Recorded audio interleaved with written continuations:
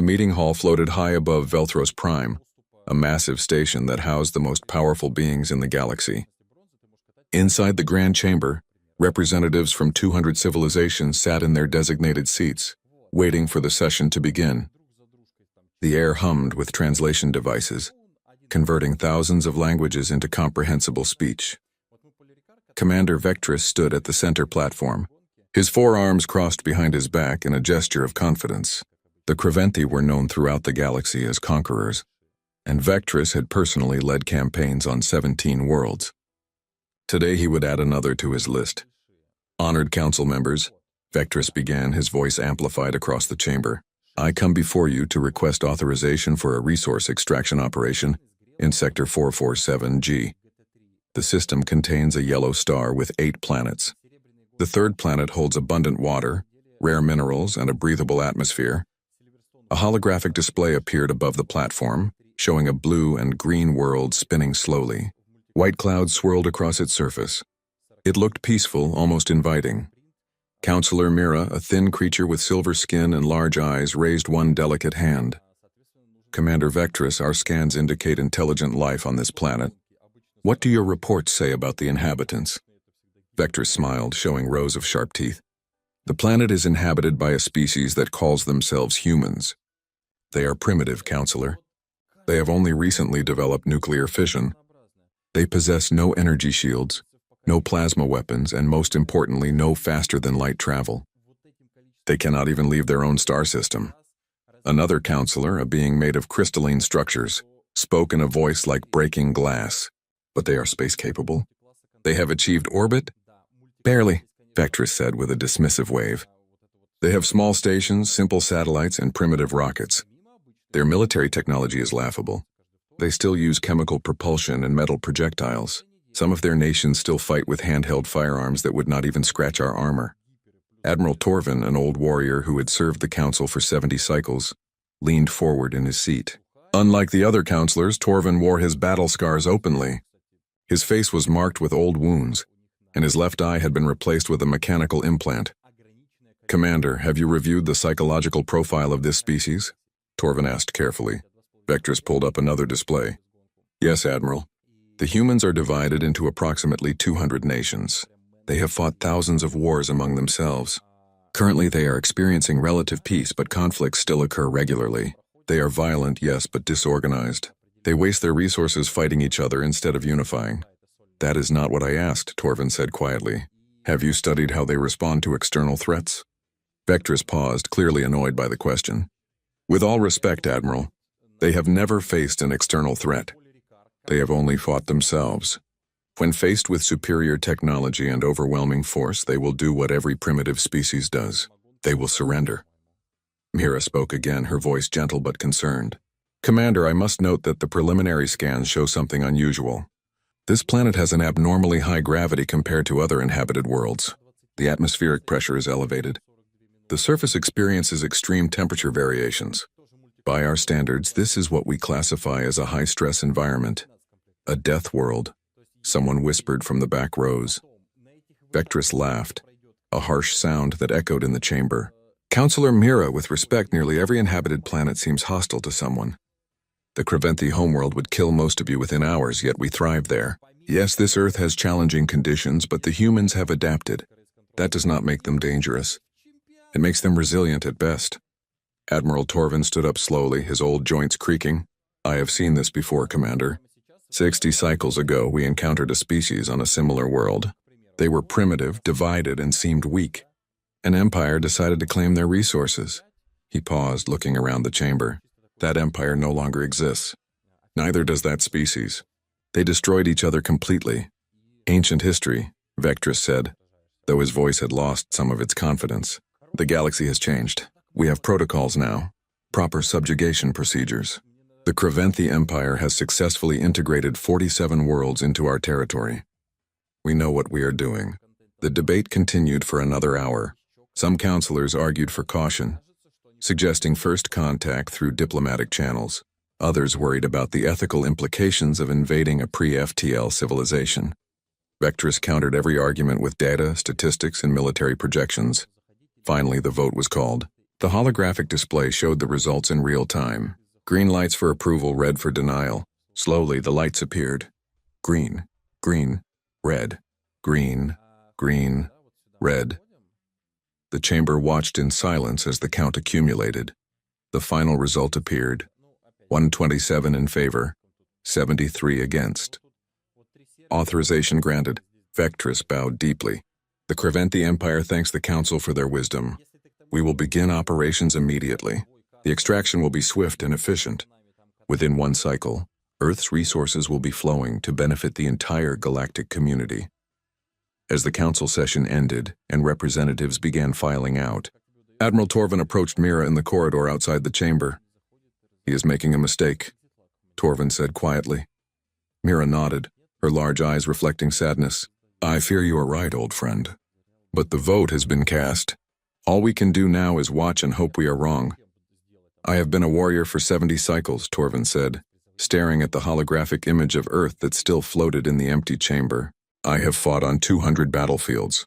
I have learned to recognize certain signs." He turned to look at Mira. "Those humans divide themselves into nations and fight constantly, yes. But do you know what I see when I look at their military history?" "What?" Mira asked. "Practice," Torvin said simply. 10,000 years of continuous practice. Far away in the Sol system, Lieutenant Dai Jung sat at his monitoring station aboard the Korean Space Force platform. It was a quiet night shift, the kind where nothing ever happened. Earth hung below him, a beautiful sphere of blue and white. He sipped his coffee and checked the long-range sensor feeds out of habit. Then he saw something that made him freeze. His coffee cup floated away, forgotten as he stared at the screen. 300 heat signatures. 300 objects that should not exist. They were still far out beyond Neptune's orbit, but they were coming. They were coming fast. Daejung's hands moved across his console, activating emergency protocols that he had practiced 1,000 times, but never expected to use. Warning lights began flashing throughout the station. Alarms sounded on every military base on Earth. He opened the emergency channel that connected to every space station, every military headquarters, every government that had signed the Unified Defense Treaty. "This is Lieutenant Daejung, Korean Space Force of Station 7, he said, his voice steady despite his racing heart. "I am declaring a code black. We have incoming. Unknown contacts, 300 plus, approaching from Galactic North. This is not a drill. I repeat, this is not a drill." On Earth, in command centers from Seoul to Washington to Moscow to Beijing, people rushed to their stations. Satellites turned their sensors outward. Weapon systems that had been in standby mode for decades hummed to life. Humanity had always wondered if they were alone in the universe. Now they had their answer. And that answer was coming with 300 warships. The Creventi fleet emerged from faster-than-light travel at the edge of the solar system, like predators entering a hunting ground. 300 warships, each one larger than the biggest structure humanity had ever built in space, arranged themselves in a perfect formation. Their hulls gleamed with exotic metals unknown to Earth science. Energy shields shimmered around them like soap bubbles in the darkness. Commander Vectress stood on the bridge of his flagship, the Dominant Will, and looked at the primitive system before him. He could see the small rocky planets close to the star, the gas giants further out, and there, that tiny blue dot, was Earth. "Send the standard message," Vectress ordered. "All languages we have on file." A communications officer, a younger Creventi with only 2 battle scars, worked at his console. Moments later, a transmission beamed toward Earth at light speed. It would take hours to arrive, but Vectress was patient. He had done this 47 times before. On Earth, every radio telescope, every satellite, every listening station picked up the signal simultaneously. The message was clear and repeated in 47 languages, including Korean, English, Mandarin, Spanish, Arabic, and dozens more. "Attention inhabitants of the third planet. You have been selected for resource integration by the Creventi Empire, under authorization of the Galactic Council. Your cooperation will result in minimal casualties. Resistance will be met with appropriate force. You have 12 of your hours to respond with your terms of surrender. This is your only warning." In the emergency command center deep beneath Seoul, General Hyunwoo listened to the translation with his senior officers. The room was silent when the message ended. Everyone looked at him, waiting for orders. 12 hours, General Hyunwoo said quietly. He was 58 years old and had served in the military for 40 years, but he had never imagined this moment. No one had. They give us 12 hours to surrender our entire world. Captain Hana, commander of the orbital defense platform Unity 7, appeared on the screen via video link. General, we have visual confirmation now. 300 ships. Our biggest station could fit inside one of them 20 times over. Can we fight them? Hyunwoo asked. There was a pause. Dr. Ye Jin, the quantum physicist who had designed Earth's experimental weapon systems, stepped forward. She was young, only 32, but she had been preparing for this possibility ever since the Unified Defense Treaty was signed. We can hurt them, she said carefully. Our railguns can accelerate projectiles to 30% light speed. That is faster than anything we have ever tested in combat. If their shields are designed for energy weapons like we think, the kinetic impact might penetrate. Might, Hyunwoo repeated. We have never fought aliens before, sir, Yejin said. We do not know what will work. Lieutenant Dai Jung, who had been transferred to the command center after his discovery, spoke up. General, I have been analyzing their formation. It is perfect, too perfect. They are arranged for intimidation, not defense. They do not expect us to fight back. Hyunwoo looked at the screens showing the alien fleet. He thought about the message, about the casual way they had demanded Earth's surrender. He thought about every war he had studied, every battle in human history. The victors were not always the ones with better weapons. Sometimes the victors were simply the ones who refused to lose. Send a response, Hyunwoo said. All frequencies, all languages. The communications officer looked nervous. What should it say, sir? Hyunwoo smiled, but there was no humor in it. 2 words. Leave. Now. The message traveled back through space at light speed. On the dominant will, Vectress received it and laughed so hard that his subordinates looked at each other in confusion. They said no, Vectress announced to his bridge crew. These primitives actually said no. They think their metal tubes and chemical rockets can challenge us. He turned to his weapons officer. Target their southern polar region. It is uninhabited according to our scans. Show them what real power looks like. 1 demonstration strike. The weapons officer hesitated. Commander, Admiral Torvin's warning. Admiral Torvin is old and sees ghosts in every shadow. Vectress snapped. Fire. A beam of concentrated plasma, enough energy to vaporize a mountain, lanced down from orbit toward Antarctica. The ice reflected the light like a mirror for one beautiful moment. Then every satellite in Earth orbit opened fire.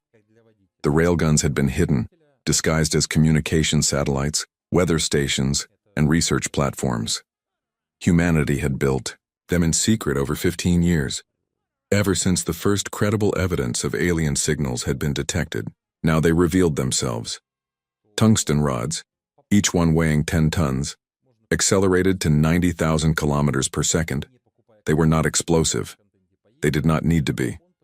At that velocity, simple mass became a devastating weapon. The Kraventhi, shields designed to deflect energy weapons and explosive projectiles, did nothing against solid matter moving at relativistic speeds. The rods punched through shields like they were not there at all. 12 Kraventhi warships vanished in expanding clouds of debris. Just like that, in the first exchange, 12 ships that had conquered worlds simply ceased to exist. On the dominant will, alarms shrieked. Vector stared at his tactical display in disbelief. What just happened? He roared.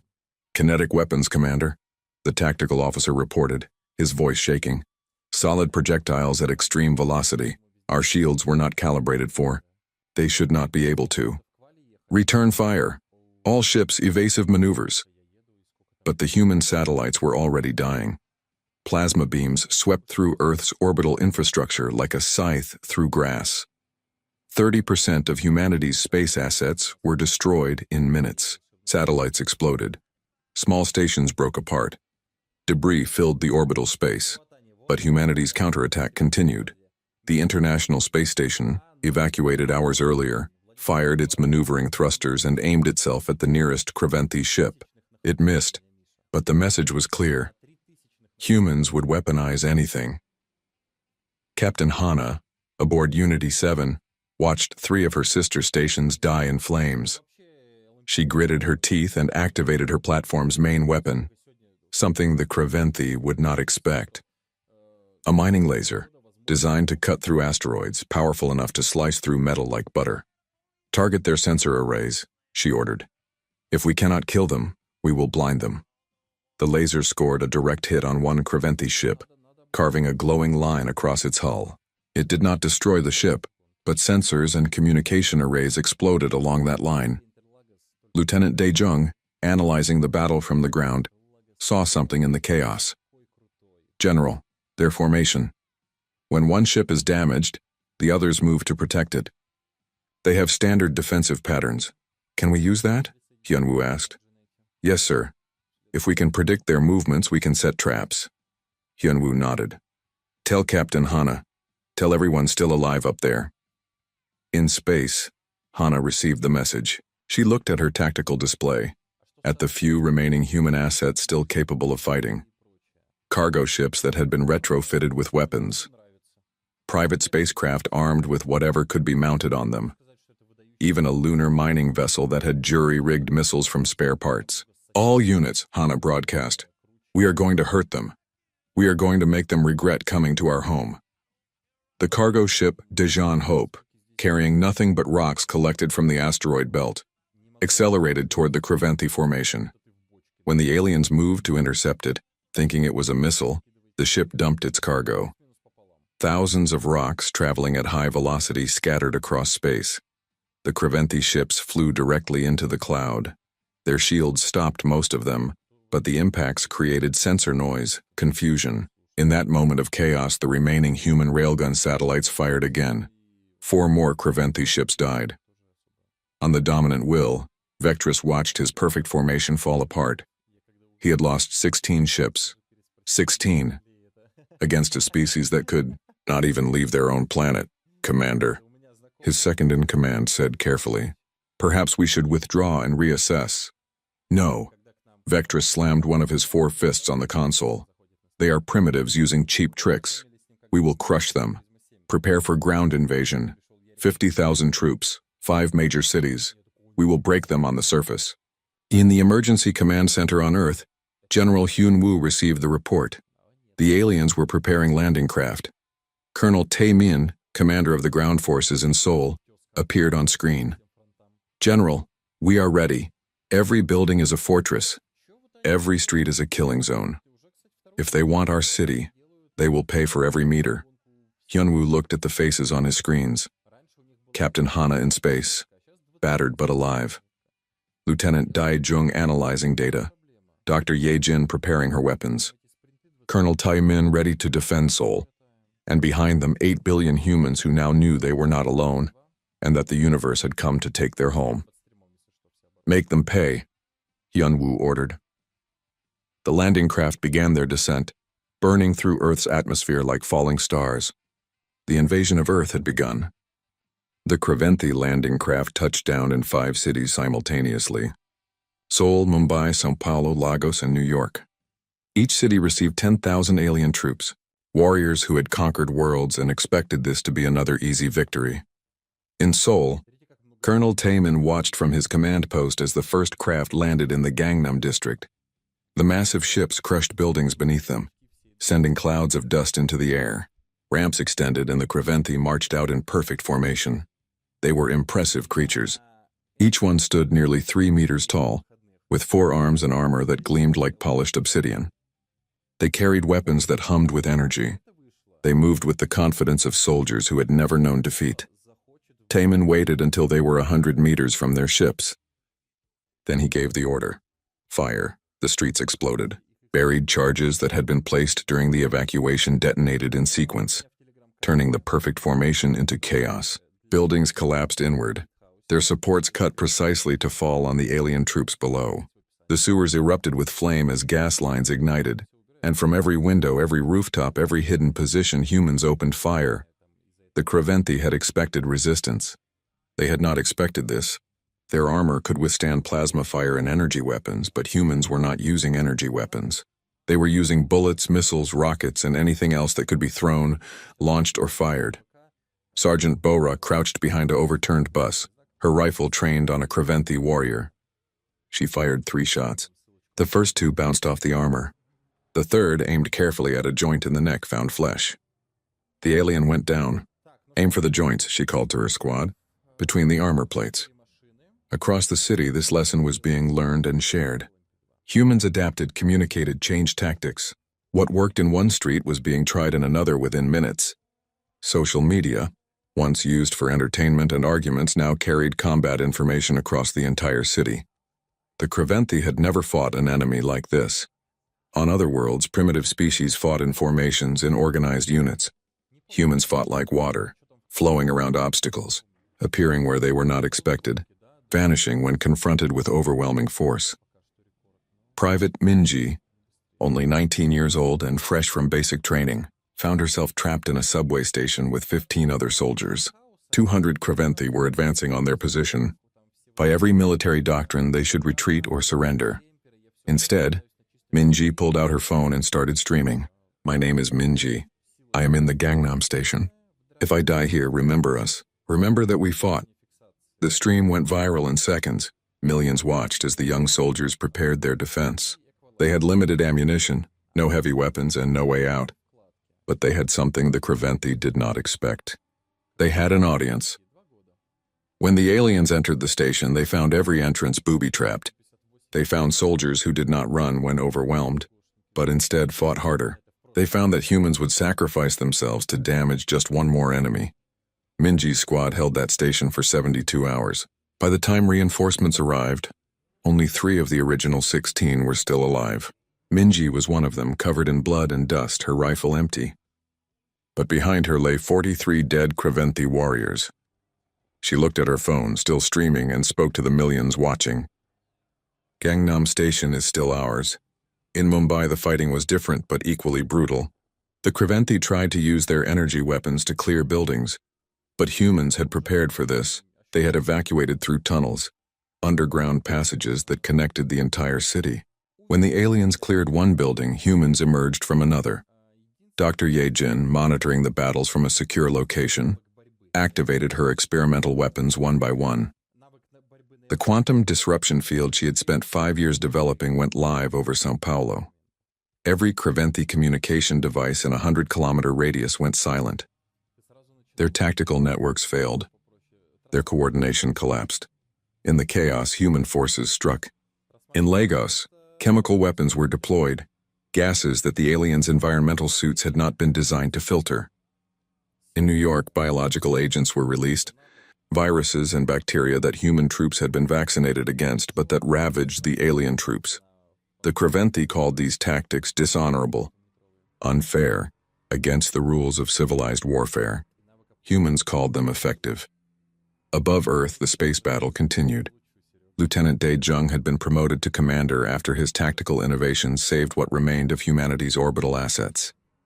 Now he coordinated with Captain Hana to implement their most desperate plan yet. "They want our planet," Dae-jung said over the secure channel. "Let us give them a taste of it." Human ships, badly damaged and barely functional, dove into Earth's atmosphere. The Creventhi pursued, confident in their shields and superior technology. What they did not anticipate was that humans knew their own planet very well. The human ships used atmospheric skipping, bouncing off the upper atmosphere like stones on water. The Creventhi, with their more powerful engines, followed too closely and found themselves caught in Earth's gravity well. Their shields, designed for space combat, overheated in the thick atmosphere. 3 Creventhi ships burned up during re-entry, unable to escape. 2 more were damaged so badly that they had to retreat to orbit for repairs. Captain Hana, aboard her battered platform Unity 7, watched with grim satisfaction. "Commander Dae-jung, they are learning to respect gravity." "What next?" "Debris," Dae-jung said simply. "We turn everything into a weapon. Every destroyed satellite, every piece of destroyed station, every bit of human-made material in orbit was tracked and catalogued. Then, using precise calculations, that debris was pushed into orbital paths that would intercept Creventhi ships. The aliens found themselves dodging clouds of wreckage while trying to fight. On the Galactic Council station, the representatives watched the battle unfold through probe feeds. Counselor Mira covered her face with her delicate hands, unable to watch any longer. "They are destroying themselves," she whispered. "Both sides. This is madness." Admiral Torvin, however, watched with the eyes of a veteran warrior. "No, Counselor. This is war, real war. Not the limited engagements we have grown accustomed to, but total war. Humans understand something we have forgotten." "What is that?" Mira asked. "That sometimes survival requires you to accept any cost, any sacrifice, any horror. They are not fighting to win cleanly. They are fighting to hurt their enemy so badly that continuing becomes unbearable." On the dominant will, Commander Vectress reviewed his casualty reports with disbelief. He had lost 56 ships in space. On the ground, his troops were dying at ratios that should be impossible. 10 Creventhi for every 100 meters gained. 20 Creventhi for every strategic position captured. How? He demanded of his staff. "How are primitives doing this?" His tactical officer pulled up video feeds from Seoul. "Commander, they fight without honor. They use traps, ambushes, chemical weapons. They sacrifice their own people to kill ours. They do not form proper battle lines. They are everywhere and nowhere." Vectress watched footage of Sergeant Bora's unit. A small group of humans had rigged an entire building to collapse, killing themselves and 50 Creventhi troops. "They killed themselves," he said in disbelief. "Deliberately. It appears to be a common tactic, Commander. They call it acceptable losses." On Earth, General Hyunwoo coordinated the global defense from his bunker. Reports came in from every city. The news was bad. 200 million civilian casualties, 15 major cities heavily damaged. The aliens held strong positions in each invasion site. But the Creventhi were bleeding. They were learning what every conqueror throughout human history had learned. Humans were easy to defeat in open battle, but try to hold their land, occupy their cities, break their spirit, and you would find yourself drowning in blood. Colonel Taemin's forces retook Seoul block by bloody block. They did not accept surrender. They did not take prisoners in the heat of battle. They fought with a fury that terrified the Creventhi, who had expected rational opponents. In the Gangnam district, Sergeant Bo-ra led a team into a landed carrier ship. They did not try to destroy it with explosives. Instead, Dr. Yejin had given them something special, a computer virus on a simple data stick. Bo-ra fought her way to a terminal, plugged in the device, and uploaded the virus. Then she fought her way out, leaving behind a gift for the Creventhi. The virus did not destroy systems. That would be too quick, too merciful. Instead, it made things malfunction at random. Weapons fired late or not at all. Doors opened when they should be locked. Life support systems stuttered. Communication systems garbled messages. The virus spread through the Creventhi network like wildfire, ship to ship, carrier to carrier. Soon, the aliens could not trust their own technology. Commander Vectress stared at his malfunctioning displays and felt something he had not experienced in his 40 years of military service. He felt fear, not fear of death, but fear of failure, fear that he had made a terrible mistake. He opened a channel to the Galactic Council. "This is Commander Vectress. I am requesting immediate reinforcements. 50 additional warships and 100,000 troops." There was a long silence. Then Counselor Mira's voice came through, gentle but firm. "Commander Vectress?" Commander Vectress made his decision. If ground combat was too costly and space superiority too difficult, he would use the oldest tactic of conquest. He would break their will from above. He would show the humans what happened when they defied the Creventhi Empire. "Charge orbital bombardment weapons," he ordered. "Target their military installations across all 5 invasion sites. We will show them that resistance is futile." His weapons officer hesitated. "Commander, orbital bombardment of an inhabited world is classified as a war crime by the Galactic Council. We could face sanctions, even prosecution." Vectress turned to him with cold eyes. "We are already committed. Either we win decisively or we lose everything. We have lost too much to stop now. Fire when ready." On Earth, every sensor screamed warnings. The Creventhi ships in orbit were powering up weapons that had not been used yet. Energy signatures that could level entire cities.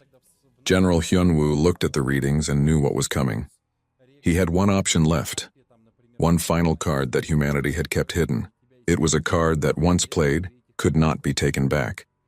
He picked up the red phone, the one that connected to every nuclear power on Earth. This is General Hyunwoo. Authorization code Alpha 77 Omega. I am activating Project Last Resort. Across the planet, in silos buried deep underground, in submarines hidden beneath the oceans, in secret installations that had existed since the Cold War, nuclear weapons came online. But these missiles were not aimed at Earth. They were aimed at the sky.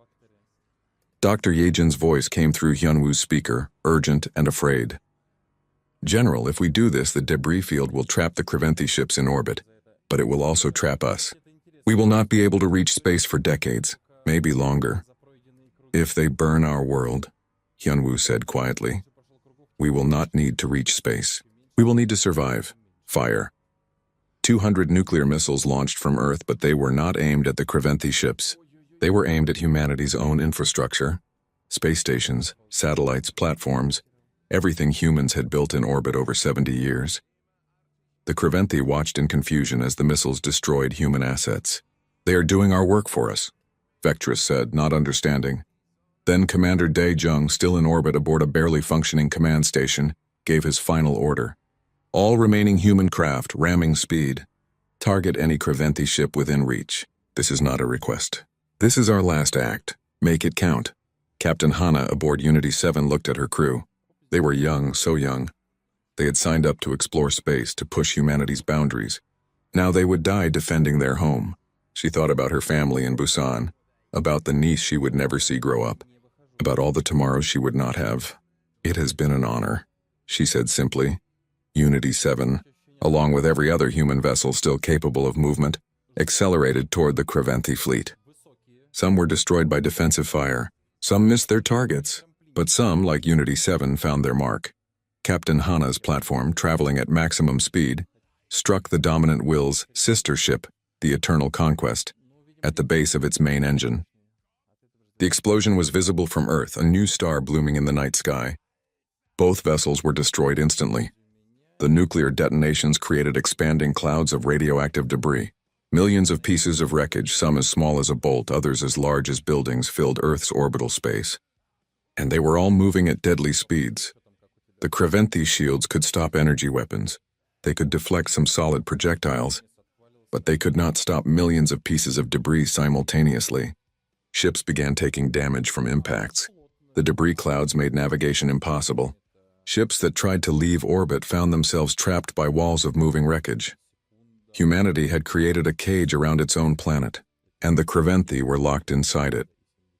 Vectress watched his fleet become disabled, one ship at a time. His own vessel, the dominant will, shuddered as impacts peppered its hull. Status report, he demanded. 17 ships destroyed, Commander. 43 damaged. We cannot leave orbit without risking catastrophic damage. We are trapped.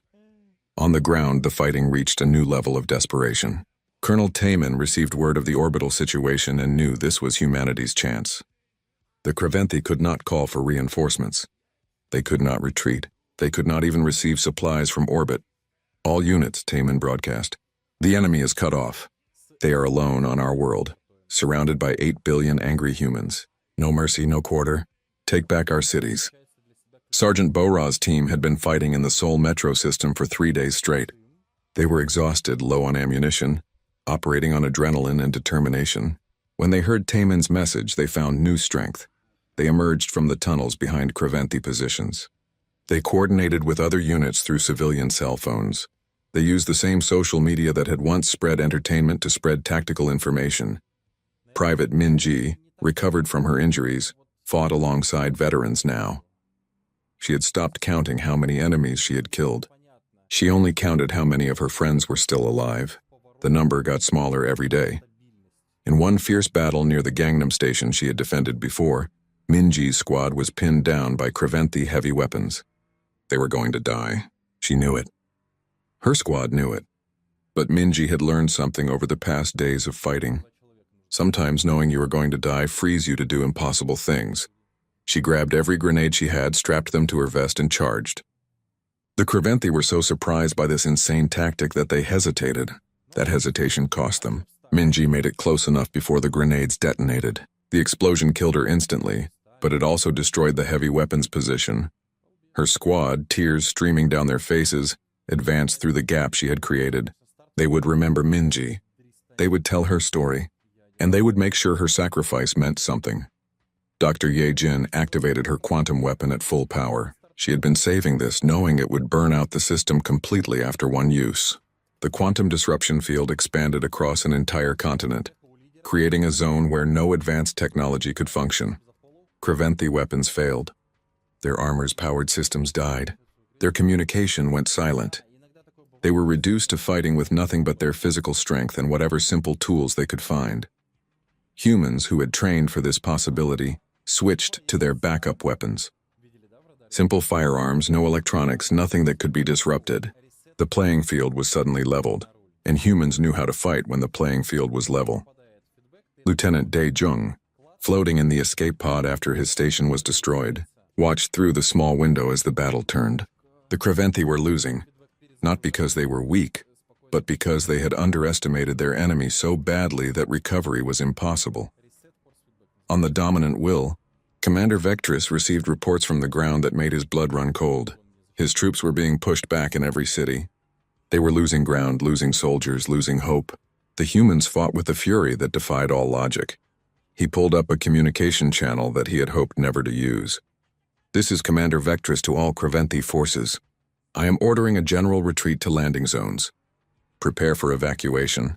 It was the first time in Creventhi military history that those words had been spoken. Retreat, evacuation, defeat. On Earth, General Hyunwoo received the report. The aliens were pulling back. Humanity had won. But the cost, the terrible cost, was almost too much to bear. 200 million dead, 3 space stations destroyed, countless heroes like Captain Hana, who had given everything. The Galactic Council watched the retreat begin and sat in stunned silence. Counselor Mira wept openly. These primitive humans had defeated a military force that had conquered dozens of worlds.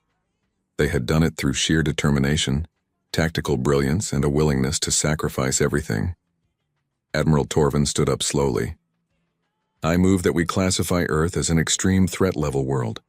I move that we establish a quarantine zone around the Sol system. And I move that we place a warning beacon for any species foolish enough to approach." The vote was unanimous. Every single counselor voted in favor. Commander Vectress, as his damaged ships prepared to limp away from Earth, received one final message from General Hyunwoo. It was simple, direct, and terrifying in its implications. "Commander Vectress, you came to our home when we had no faster-than-light travel. You attacked us in our cradle. You saw us at our weakest. Remember that. Remember what we did to you when we were weak, and pray to whatever gods you believe in that you never see us again when we are strong." The message ended. The Creventhi fleet, or what remained of it, activated their damaged FTL drives and fled. Of the 300 ships that had arrived, only 73 limped away.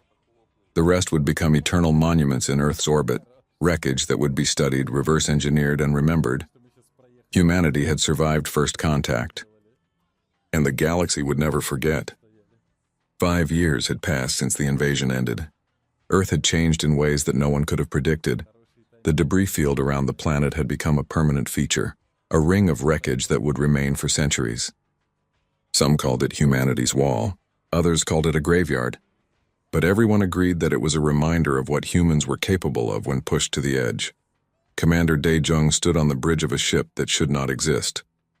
The Terran Defense Fleet's first faster-than-light vessel hung in space, sleek and powerful. Its name was written in both Korean and English on the hull, Hana's Vengeance. The ship was built from reverse-engineered Creventhi technology, taken from the wrecks that floated in Earth's orbit. Dr. Ye Jin had spent 3 years figuring out how their FTL drives worked.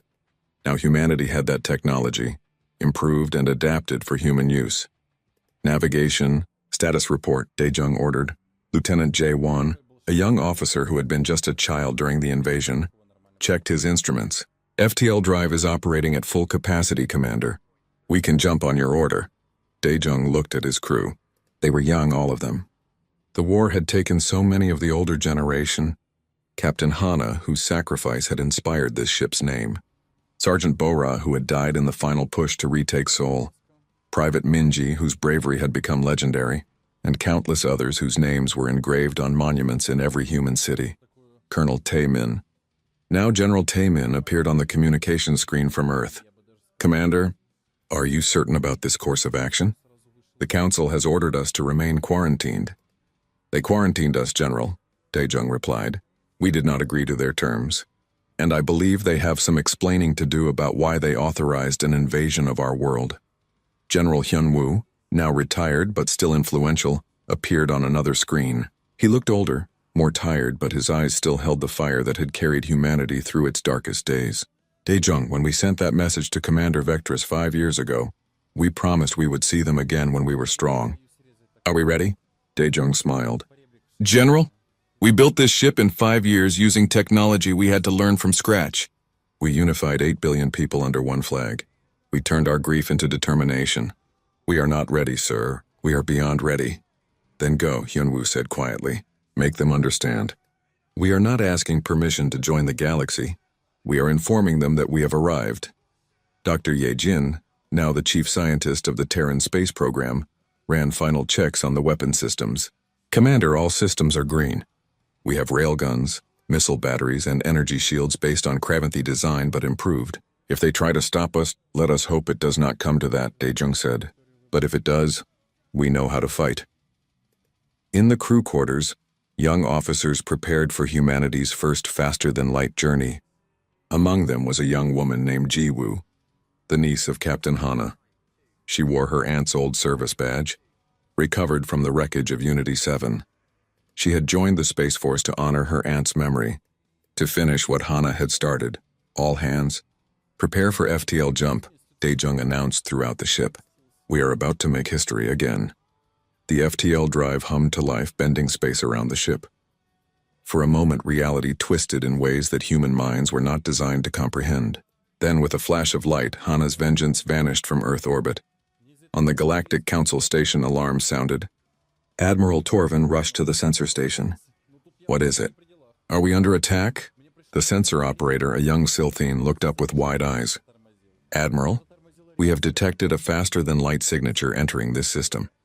The origin point is, it is Earth. Torvin felt his heart skip. That is impossible.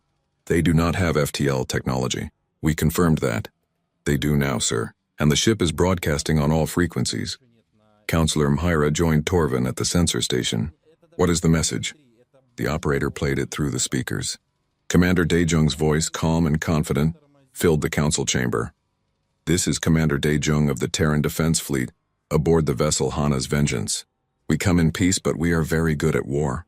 We believe the Galactic Council has some explaining to do about authorizing an invasion that cost 200 million human lives. We will be arriving at your station shortly. We look forward to a productive conversation. The council chamber erupted in chaos. Representatives shouted in dozens of languages. Some demanded military action. Others called for diplomacy. A few simply sat in shocked silence. Admiral Torvin held up his hands for quiet. When the chamber finally settled, he spoke. 5 years. They learned faster than light travel in 5 years. It took my people 400 years. What do we do? Mhira asked, her voice shaking. We do what we should have done from the beginning, Torvin said. We talk to them. We apologize. And we pray they are feeling merciful. Hana's Vengeance emerged from FTL travel at the edge of the Council's star system. The massive station hung in space before them, home to the representatives of 200 civilizations. Weapons? Daejung asked. Multiple defense platforms, reported the tactical officer. Energy cannons, missile batteries, fighter craft. We are badly outnumbered, Commander. They outnumbered us before, Daejung said. It did not help them. But let us not start a fight. Open a communication channel. On the council station, the representatives gathered to watch as the human ship approached. It was smaller than most warships, sleek where Kravanthi vessels were bulky, elegant where other species built for pure function. It is beautiful, Mhira whispered. It is terrifying, Torvin corrected. That ship represents everything we fear. A species that learns quickly, adapts faster, and holds grudges. The human ship took up a position near the station, close enough to be present but far enough to avoid seeming aggressive. Then it just waited. Why are they not demanding entry? A counselor asked. Why are they not making threats? Torvin understood immediately. They are teaching us a lesson. They are showing us that they can be patient, that they can be civilized. That unlike us, they tried diplomacy first. The council hastily arranged a meeting. They prepared the Grand Chamber, the same room where Commander Vectress had presented his case 5 years earlier. But this time, the atmosphere was very different. Commander Dae-jung materialized in the teleporter bay, the first human to set foot on an alien station. He wore his Terran Defense Fleet uniform, simple and practical compared to the elaborate robes and armor of other species. He carried no weapons. He came alone. Admiral Torvin greeted him personally. Commander Dae-jung, I am Admiral Torvin. On behalf of the Galactic Council, I welcome you to this station. Dae-jung studied the old warrior for a moment. Admiral, I researched you during our journey. You voted against the invasion. You warned Commander Vectress. Why? Because I have seen this before, Torvin said quietly. I am old enough to remember the last time someone tried to conquer a Death World species. No one won that war, Commander. Everyone lost. Then why did you allow it? Because I was outvoted. Democracy is slow, even in the stars. They walked together to the council chamber. Every representative stood as Dae-jung entered. It was a sign of respect, but also of fear. Counselor Mira stepped forward. Commander Dae-jung, I am Counselor Mira. I also voted against the invasion.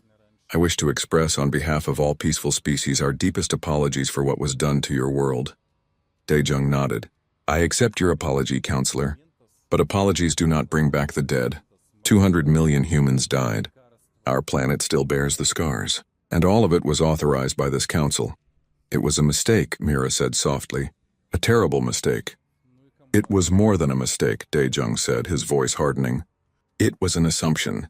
You assumed we were weak because our technology was primitive. You assumed we would surrender because we seemed divided. You assumed we were not worth considering as equals. He looked around the chamber, meeting the eyes of representatives from dozens of species. You were wrong. About all of it. And now you have placed a quarantine around our system because you are afraid of what we might become. Can you blame us? A counselor called out. You defeated the Kraventhi Empire in weeks. You developed FTL technology in years. You weaponize everything. You never surrender. You are by any measure dangerous. Dae-jung smiled, but there was no warmth in it. Yes, we are dangerous.